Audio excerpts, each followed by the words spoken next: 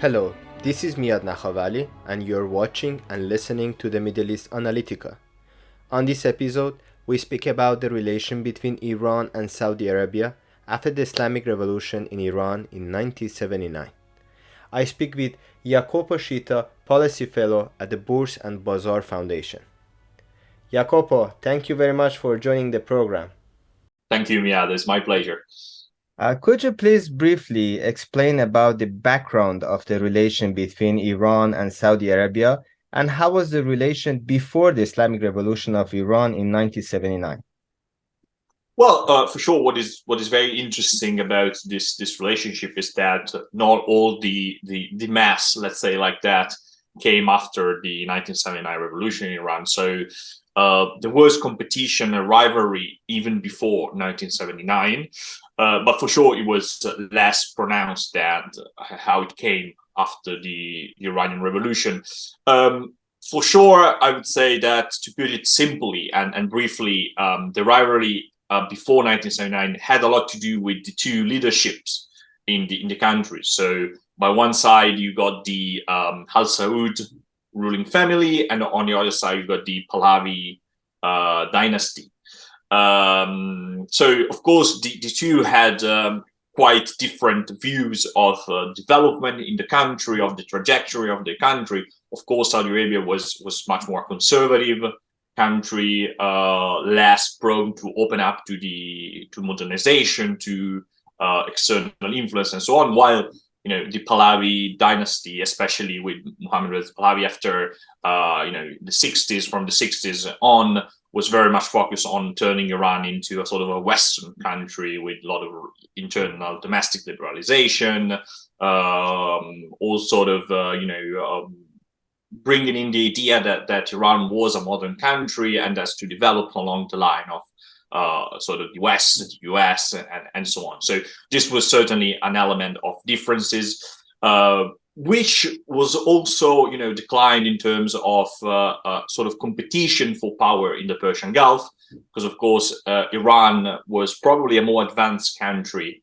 than Saudi Arabia, as more, was more powerful, but also geopolitically stronger, because of course both were very strong and important oil producer countries, but Iran was more projected toward modernity, and so made Iran a sort of a more modern, more powerful country than Saudi Arabia, at least for a certain point. So this was the background, and also you got the relationship with the United States that, of course, was peculiar before 1979, where you had both countries being U.S. partners, both countries being central in the U.S. Vision for the Persian Gulf security, the twin pillar strategy by Nixon, so empowering both Saudi Arabia and Iran after the British withdrawal from the Persian Gulf at the end of the 60s.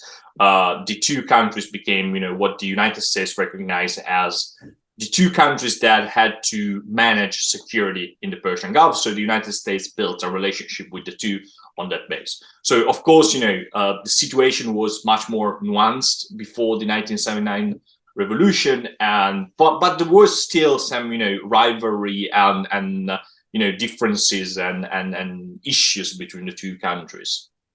Okay, let's now talk about the post-revolutionary period. We know that after the Islamic revolution in Iran, the foreign policy was built on the exportation of, revolutionary ideals beyond Iran's border.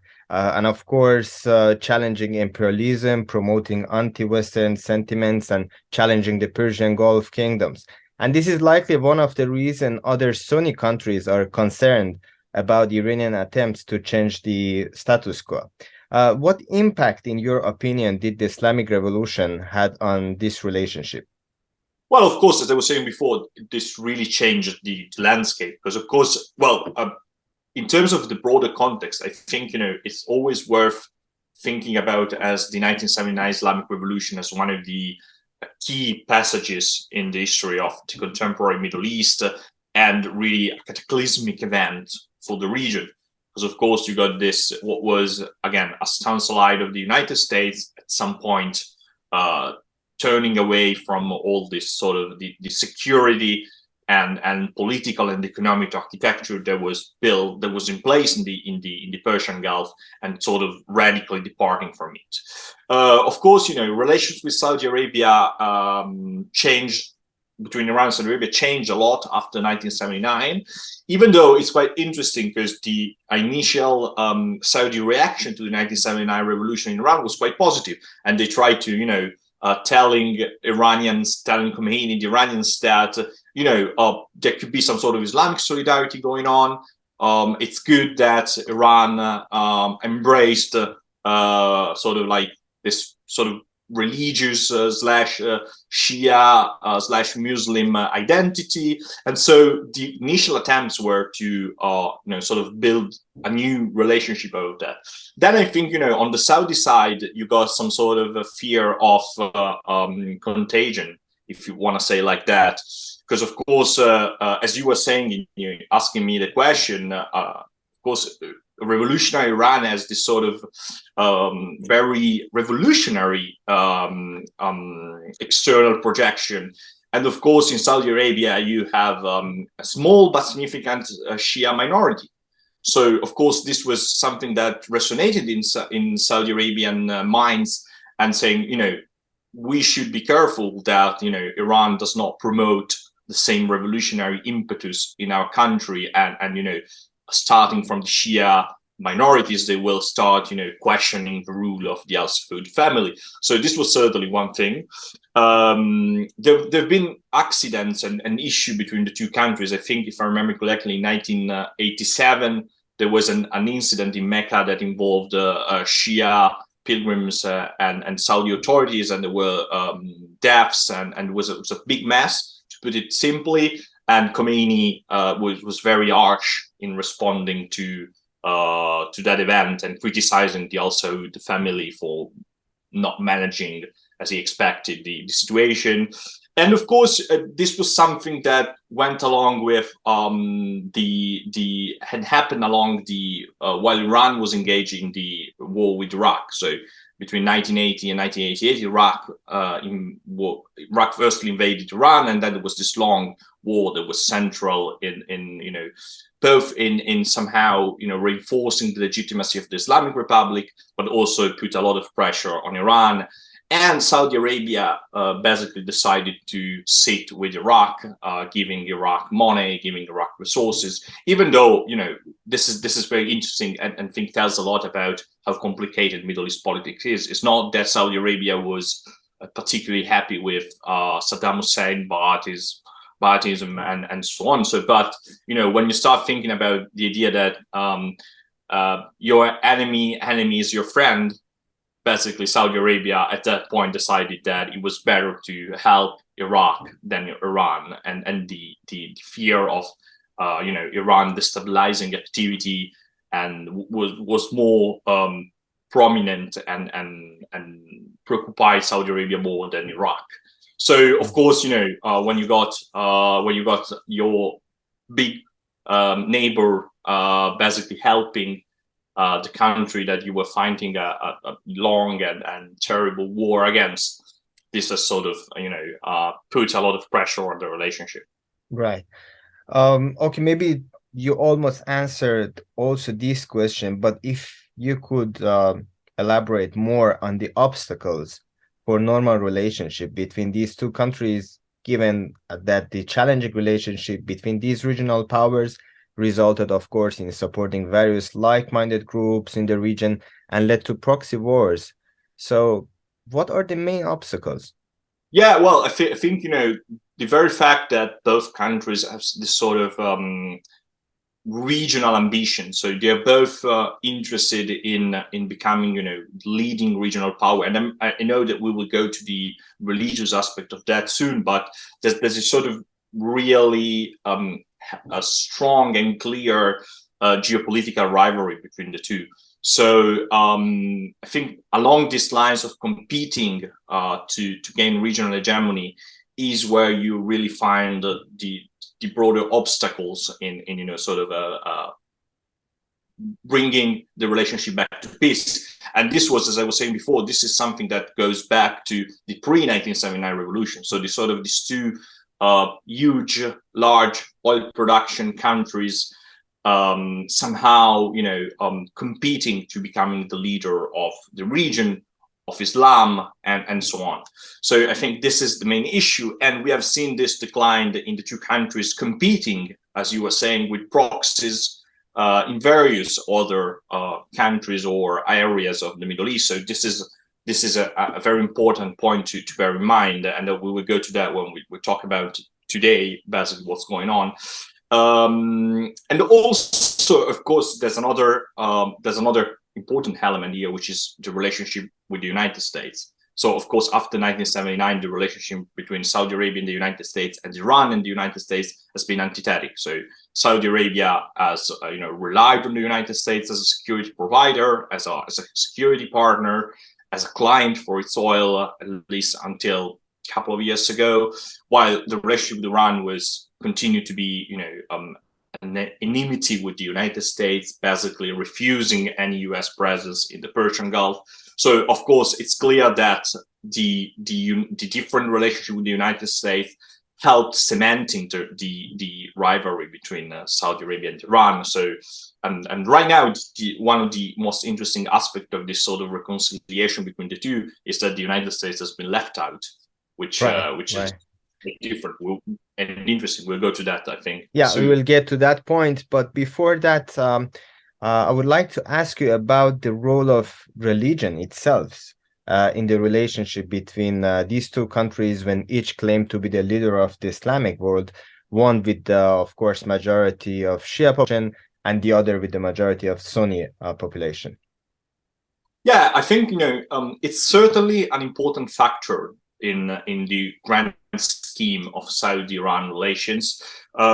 But one thing I will be aware of is that I don't think is the main factor that is shaping this rivalry. So, of course, both regimes, especially back in the days when they were really trying to build their own legitimacy, put a lot of effort in showing themselves as, in the case of Saudi Arabia, the guardian of the tomb of the Prophet, and the sort of center of the Sunni Islam, while Iran was very much focused on emerging as the sort of Shia leader, representing the other half, let's say like that, even though there's no balance between the two, the other half of Islam. So this was certainly an important point for the legitimation of the leadership within the countries and in the broad Islamic world, but I would not overestimate it as a sort of a cause of the current clash. So I think it's more geopolitical than religious. Of course, it's all part of a broader scheme and picture, and it's important to bear this in mind, especially because what we are seeing is that this sort of a religious issue and sort of more mundane elements of religion. So, for example, rules regarding pilgrimage and so on are really part of the negotiation. So this tells you that is an element that religious is very practical, and it's not just about a practical implication. It's not just about theological disputes or whatever you will say, or claiming to be the most Islamic country where the rival is apostates or whatever. But again, I would really stress the fact that looking at this rivalry only through the lenses of religious differences, it would be unproductive. Right. In the past few days, American generals have claimed that Iran is capable of manufacturing enough nuclear material to make a weapon within 2 weeks. Do you think that Saudi Arabia would be at risk if Iran were to develop a nuclear weapon? And do you think Saudi Arabia might obtain nuclear weapon if Iran did? Well, those are two quite interesting questions and not easy to answer. So with the first one, I don't think Saudi Arabia will be at direct risk in case of Iran decide to proliferate and build a bomb. especially because I don't see Iranian's nuclear program as a sort of offensive tool, and especially not an offensive tool against a neighboring country. Probably my understanding of this Iranian program is more a sort of a deterrence, both in terms of course, military deterrence if they decide to go military, but also in terms of political deterrence, in a sense that they probably have this sort of idea that building the bomb is a sort of assurance policy for the regime, and sort of this edging strategy they are putting in place of not building the bomb but getting closer to be able to get it is a sort of an insurance policy for the regime. So I don't see this directly targeted to a potential attack against Saudi Arabia. On the other side, let's say what would be Saudi Arabia's reaction if Iran gets the bomb? Well, this is again quite complicated, I think. I'm not a fan, and I don't think there will be this sort of what some scholars call domino effect, where Saudi Arabia immediately tries to get a bomb. And the reason are twofold. One is that, of course, the decision and the process of developing nuclear weapons is very complicated. And I think, of course, this Iran having the bomb will certainly change Saudi Arabia calculus, will add an important variable to that, but there's no guarantee that this will push them to actually decide to pursue a bomb. And also, the other thing is, which I already briefly mentioned, is that, again, getting the bomb is very complicated. So Iran has been, as an active nuclear program, civil/military nuclear program, since decades. And the process is very long. You need blueprints, you need help from outside. And I think, for Saudi Arabia, it's not just sort of an automatic reaction. It's something that certainly they would try to put pressure on the partner, the United States. They would try to put pressure on the new partners, China, Russia, and so on. But I would know sort of proliferation spillover in the Middle East is not guaranteed, and is not what will most probably happen in like 6 months, 1 year, or 2 years. It's probably a longer process where more variables will come in. Right. Let's now talk about the recent developments between Iran and Saudi Arabia. We know that despite the fact that these two countries have held numerous rounds of negotiation in nearby countries like Iraq and Oman over the past few years, these two regional powers have now officially signed the agreement in Beijing. How do you perceive China's role as a mediator between Iran and Saudi Arabia? Can we say that the era of American unipolar supremacy is over? And how do you consider the strategy of US in the Middle East in the future? Well, yeah, I think this was a sort of quite unexpected development, and especially seeing China, taking a role in this process, which, as you said, was going on at the regional level for long. I think China entered in the process because Saudi Arabia asked China to reach out to Iran and broke the impasse that was in place at some point. And I think this is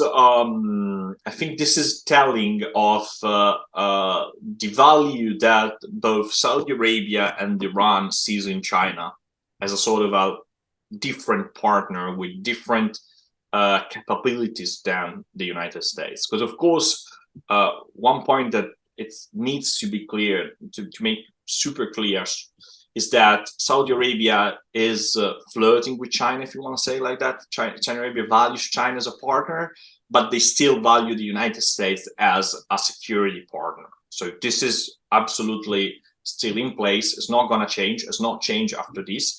But the point is, Saudi Arabia recognized that for talking with Iran, for bringing Iran to the negotiation table, China is 100% more effective than the United States at this moment. The United States has no leverage, or basically no leverage, while China has some leverage on Iran. So this is very important to understand China's role in this. Now, on that basis, I think regional countries, starting from Saudi Arabia, but going on with UAE and so on, they are all betting their hedge on sort of this emerging multipolarity, where they perceive that the region, but also the world, is becoming increasing multipolarity. So the point of view, from my perspective, is that they are trying to gain the most from this and be best positioned if the world indeed turns out to be multipolar. So what they're doing is obviously remaining close to their traditional partner, the United States, but also building stronger and more ramified ties with China. I think this is understandable. I think this is a smart strategy for these countries, but this is really what we are witnessing these days. And news such as China's role in the Saudi-Iran deal, but also Saudi Arabia entering the SCO and so the Shanghai Cooperation Organization, and other Middle Eastern countries be very interested in joining this organization, is all part of this. So betting on a multipolar future for the region and the world. How the United States can react to this? I think United States right now are a bit in a tight spot, because of course they are engaged in this sort of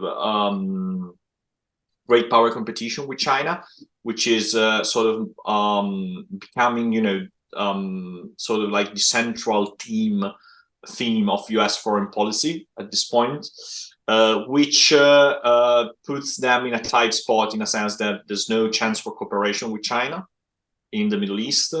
But at the same time, what I think they should start doing is recognizing that local partners, let's say Saudi Arabia, they have their own interest in dealing with China, as we were saying before. And the response to that should not be trying to forcing Saudi Arabia away from China, but trying to build a healthier competition with China. So not saying, not giving a out to China. So not promoting a sort of zero-sum game towards Saudi Arabia, in a sense. If you want to continue cooperating with the United States, if you want to continue have the security umbrella of the United States, you should stop or limit your cooperation with China. I think this is not going to work.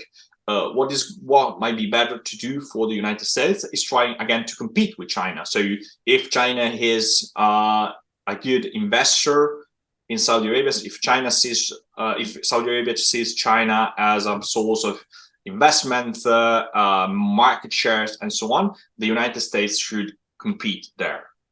Right.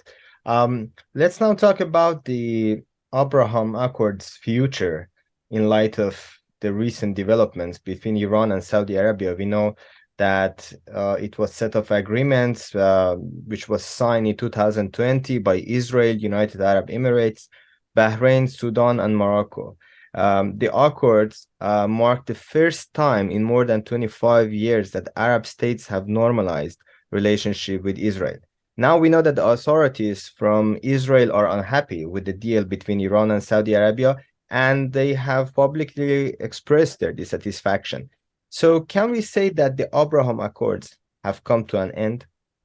Well, no, I don't think so. I don't think they have come to an end. I think they are still in place. I think there are two, at least, let's say two, especially regarding the Persian Gulf, there are two different levels of the Abraham Accords. One is the Abraham Accords that have actually been signed between Israel and, for example, the UAE.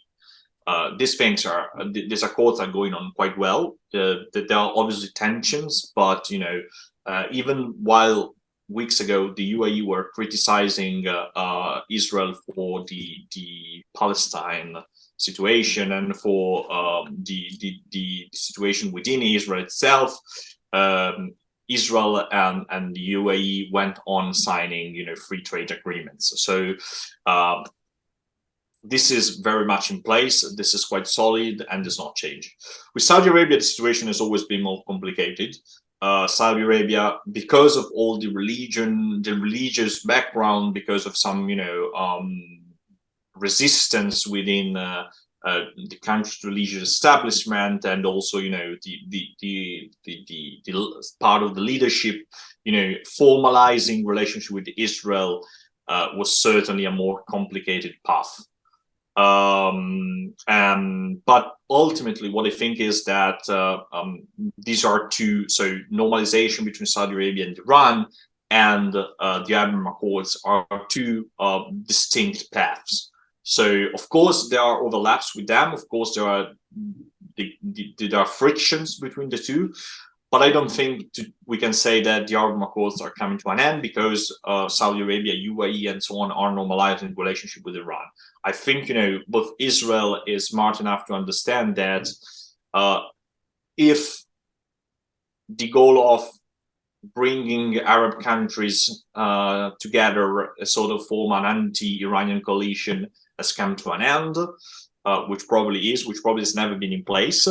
At the same time, normalizing relationship with the Arab countries is much more important than just building a coalition against Iran. So if Israel is smart, they will continue to pursue this normalization, and at the same time, Saudi Arabia will continue to negotiate with Israel for this normalization and negotiate with Iran for its own interest in a peaceful regional climate. So again, I don't think the two processes are mutually exclusive, if you want to put it like that.